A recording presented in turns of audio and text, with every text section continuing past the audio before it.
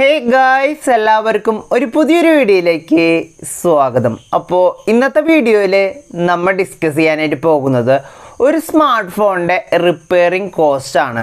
നമ്മളോട് നമ്മുടെ ഇൻസ്റ്റാഗ്രാമിൽ കുറേ പേര് ചോദിക്കാറുണ്ട്, ചേട്ടാ എൻ്റെ ഡിസ്പ്ലേ കംപ്ലൈൻ്റ് ആയി, എൻ്റെ ഡിസ്പ്ലേ വീണിട്ട് പൊട്ടി, ടച്ച് വർക്കാകുന്നില്ല, സ്ലോട്ട് കംപ്ലൈൻ്റ് ഉണ്ട്, സ്പീക്കർ വർക്കാവുന്നില്ല, എല്ലാത്തിനും എത്ര കോസ്റ്റ് വരും എന്ന് ചോദിച്ചിട്ട് എനിക്ക് എപ്പോഴും മെസ്സേജസ് വരാറുണ്ട്.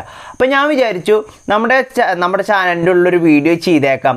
നിങ്ങളുടെ അഭിപ്രായങ്ങൾ, അല്ലെങ്കിൽ നിങ്ങൾക്ക് ആർക്കെങ്കിലും ഇങ്ങനെ പറ്റിയിട്ടുണ്ടെങ്കിൽ, വല്ല ഡാമേജൊക്കെ പറ്റിയിട്ടുണ്ടെങ്കിൽ നിങ്ങൾ സർവീസ് സെൻറ്ററിൽ പോയപ്പോൾ എത്ര കോസ്റ്റായി എന്ന് അറിയാൻ വേണ്ടി നമ്മളൊരു വീഡിയോ ചെയ്തിട്ടുണ്ടായിരുന്നു. അതിന് നിങ്ങളുടെ ഒരുപാട് സപ്പോർട്ട് ലഭിച്ചു.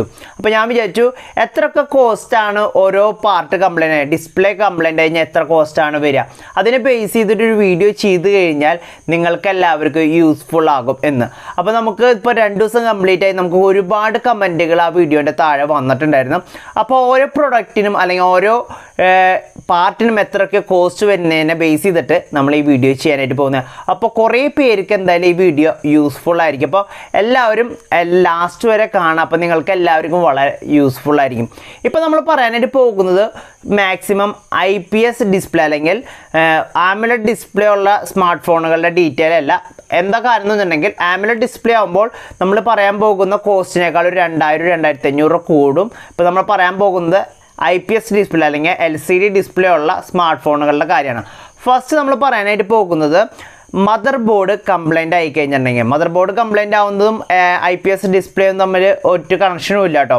മദർ ബോർഡ് കംപ്ലൈൻ്റ് ആകുമ്പോൾ എത്രയാണ് ഒരു 20,000-ന് താഴെയുള്ള സ്മാർട്ട് ഫോണുകളുടെ മദർ ബോർഡിൻ്റെ പ്രൈസ് എന്നുണ്ടെങ്കിൽ നമുക്ക് ഏറ്റവും കൂടുതൽ പറഞ്ഞിട്ടുള്ളത് സബ്സ്ക്രൈബേഴ്സ് പറഞ്ഞിട്ടുള്ളത് 8,000 രൂപയാണ് പറഞ്ഞിട്ടുള്ളത്. അറൗണ്ട് ഒരു 6-7 പേരോളം ഈ 8,000 രൂപ എന്ന് പറഞ്ഞിട്ടുണ്ട്. കുറേ പേര് 10,000 രൂപ എന്ന് പറഞ്ഞിട്ടുണ്ട്. ഈ എന്തായാലും മദർ ബോർഡ് കംപ്ലൈൻ്റ് ആയി കഴിഞ്ഞിട്ടുണ്ടെങ്കിൽ 8,000-നും 10,000-നും ഇടയിലാണ് കോസ്റ്റ് വരുന്നത്. അതിൻ്റെ ഉള്ള ക്യാമറ കംപ്ലൈൻ്റ് ആയിട്ട് ഇപ്പോൾ പോക്കോ X2 ഡിവൈസുകളിലെ ക്യാമറ കംപ്ലൈൻ്റ് ആയിട്ട് കൊണ്ടു ചെന്ന് കഴിഞ്ഞിട്ടുണ്ടെങ്കിൽ കുറേ പേരുടെ മദർ ബോർഡിൻ്റെ കംപ്ലൈൻ്റ് ആണെന്നൊക്കെ പറയുന്നുണ്ട്. അപ്പോൾ റീപ്ലേസ്മെൻറ്റ് ചെയ്യുകയാണെങ്കിൽ നമുക്കൊരു 8,000-നോ 10,000-നോ ഇടയ്ക്ക് വരും. ഇപ്പോൾ ഞാനീ പറയുന്നതെല്ലാം നമ്മുടെ സബ്സ്ക്രൈബേഴ്സ് പറഞ്ഞിട്ടുള്ള ഇൻഫോർമേഷനെ ബേസ് ചെയ്തിട്ടാണ്, അല്ലാണ്ട് ഞാനൊരു പുതിയതായിട്ടുള്ള, നിങ്ങൾക്ക് വേണമെങ്കിൽ ആ വീഡിയോൻ്റെ ലിങ്ക് ഞാൻ അടിയിൽ കൊടുക്കാം. അതിൻ്റെ കമൻറ്റ് ബോക്സിൻ്റെ ഉള്ളിൽ ഈ കമൻറ്റുകൾ അവൈലബിൾ ആണ്. പിന്നെ കുറേ പേര് ചോദിക്കാറുള്ളത് ബാക്ക് ഗ്ലാസ്. ഈ പറഞ്ഞു കഴിഞ്ഞാൽ മാക്സിമം ഇപ്പോൾ ഇറങ്ങുന്ന എല്ലാ സ്മാർട്ട് ഫോണുകളുടെയും ബാക്ക് ഗ്ലാസ് എന്നുണ്ടെങ്കിൽ ബാക്ക് സൈഡ് ഗ്ലാസ് കൊണ്ടാണ്. അപ്പോൾ പെട്ടെന്ന് വീഴുന്ന സമയത്ത് ചിലപ്പോൾ ഫ്രണ്ട് സൈഡ് പൊട്ടാതെ ബാക്കിലെ സൈഡ് പൊട്ടുക ചാൻസസ് ഉണ്ട്. അപ്പോൾ അതിന് വരുന്ന കോസ്റ്റ് 2,000 രൂപയാണ് വരുന്നത്. നമ്മുടെ സബ്സ്ക്രൈബർ ആയിട്ടുള്ള അനിലാണ് നമ്മളോട് പറഞ്ഞത് 2,000 രൂപ വരുന്നുണ്ട്, ആൾ റെഡി ആക്കിയിട്ടുണ്ടായിരുന്നു. അപ്പോൾ 2,000 രൂപയാണ് കോസ്റ്റ് വരുന്നത്.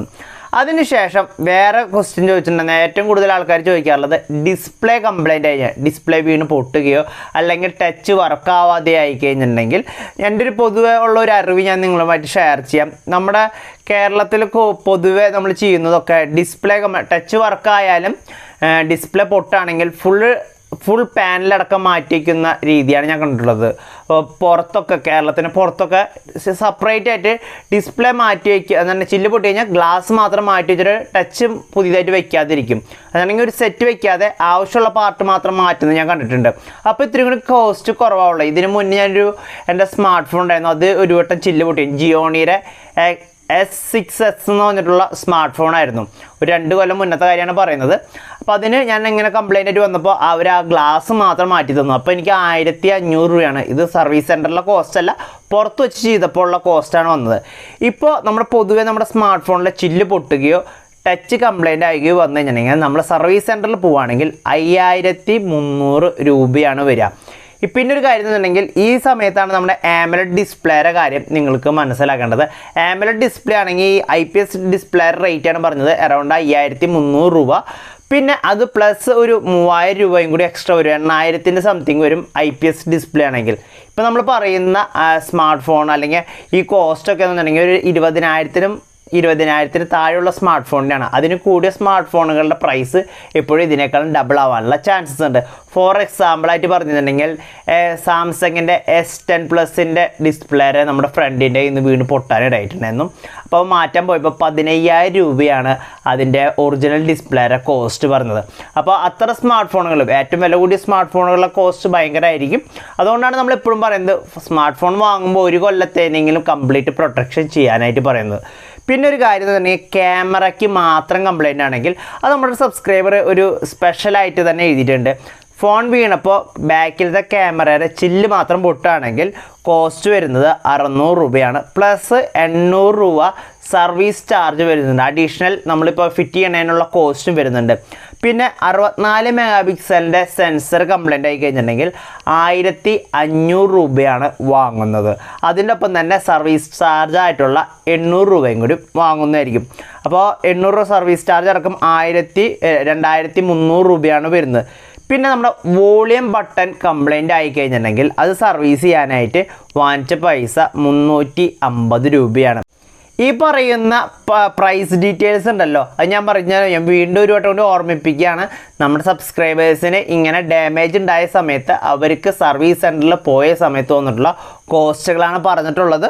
അപ്പോൾ അതാണ് നമ്മൾ എഴുതി വെച്ചിട്ടുണ്ട്, നമ്മൾ ലിസ്റ്റൊക്കെ എഴുതി വെച്ചിട്ടുണ്ട്. വേണമെങ്കിൽ അതിൻ്റെ ഓരോ പറഞ്ഞവരുടെ ചെറുതായിട്ട് ഞാനിവിടെ ഒരു കട്ടിങ്സ് കൊടുക്കാം, അപ്പോൾ നിങ്ങൾക്ക് മനസ്സിലാവും. പിന്നെ സ്പീക്കർ കംപ്ലൈൻ്റ് ആയ സമയത്ത് അറൗണ്ട് 1100 രൂപയാണ് വാങ്ങിച്ചത്. സിംഗിൾ സ്പീക്കർ ആണെങ്കിൽ കൂടിയും 1000 സർവീസ് ചാർജ് ആണ് അതിൽ കൂടുതൽ വന്നത്. അറൗണ്ട് 700 രൂപയാണ് സ്പീക്കറിൻ്റെ പ്രൈസ് പറഞ്ഞത്. പ്ലസ് 500 രൂപ അതിൻ്റെ റീപ്ലേസ്മെൻറ്റും പിന്നെ ആ വർക്കറിൻ്റെ ചാർജും ഒക്കെയാണെന്നാണ് പറഞ്ഞത്. പിന്നെ അത് കഴിഞ്ഞിട്ട് കുറേ പേര് ചോദിച്ചൊരു ചോദ്യം തന്നെ, സ്ലോട്ട് കംപ്ലൈൻ്റ് ആയി, നമ്മുടെ ചാർജിങ് സ്ലോട്ട് കംപ്ലൈൻ്റ് ആയി ഞാൻ എന്ത് ചെയ്യാമെന്ന്. അതിനൊരു ചാർജിങ് ICയുടെ പ്രൈസാണ് വരുന്നത്. അതിനെക്കുറിച്ച് ആൾക്കാർ അധികം ഡീറ്റെയിൽ ആയിട്ട് പറഞ്ഞിട്ടില്ല. ബട്ട് എനിക്ക് തോന്നുന്നു എന്തായാലും ഒരു 1000 രൂപേൻ്റെ അടുത്ത് തന്നെയാണ് വരുന്നത്. 1000-ന് താഴെയാണ് വരിക ഈ ചാർജിങ് സ്ലോട്ട് കംപ്ലൈൻ്റ് ആയാലും. അപ്പോൾ നമ്മൾ ഇന്നത്തെ വീഡിയോൻ്റെ ഉള്ളിൽ ഒരു ഇമ്പോർട്ടൻ്റ് ആയിട്ടുള്ള ഇൻഫോർമേഷൻ, കുറേ പേർക്ക് സംശയം ഉണ്ടായിരിക്കും എത്ര രൂപയാണ് ഓരോന്നിനും പ്രൈസ് വരുന്നതെന്ന്. അപ്പോൾ നമ്മുടെ സബ്സ്ക്രൈബേഴ്സ് നമുക്ക് തന്ന ഇൻഫോർമേഷൻ അനുസരിച്ചിട്ടുള്ള ഡീറ്റെയിൽ ആണ് പറഞ്ഞത്. അപ്പോൾ നിങ്ങൾക്ക് ഈ വീഡിയോ ഇതോടുകൂടി അവസാനിപ്പിക്കുകയാണ്. ഈ വീഡിയോ നിങ്ങൾക്ക് എല്ലാവർക്കും യൂസ്ഫുൾ ആയെന്ന് വിശ്വസിക്കുന്നു.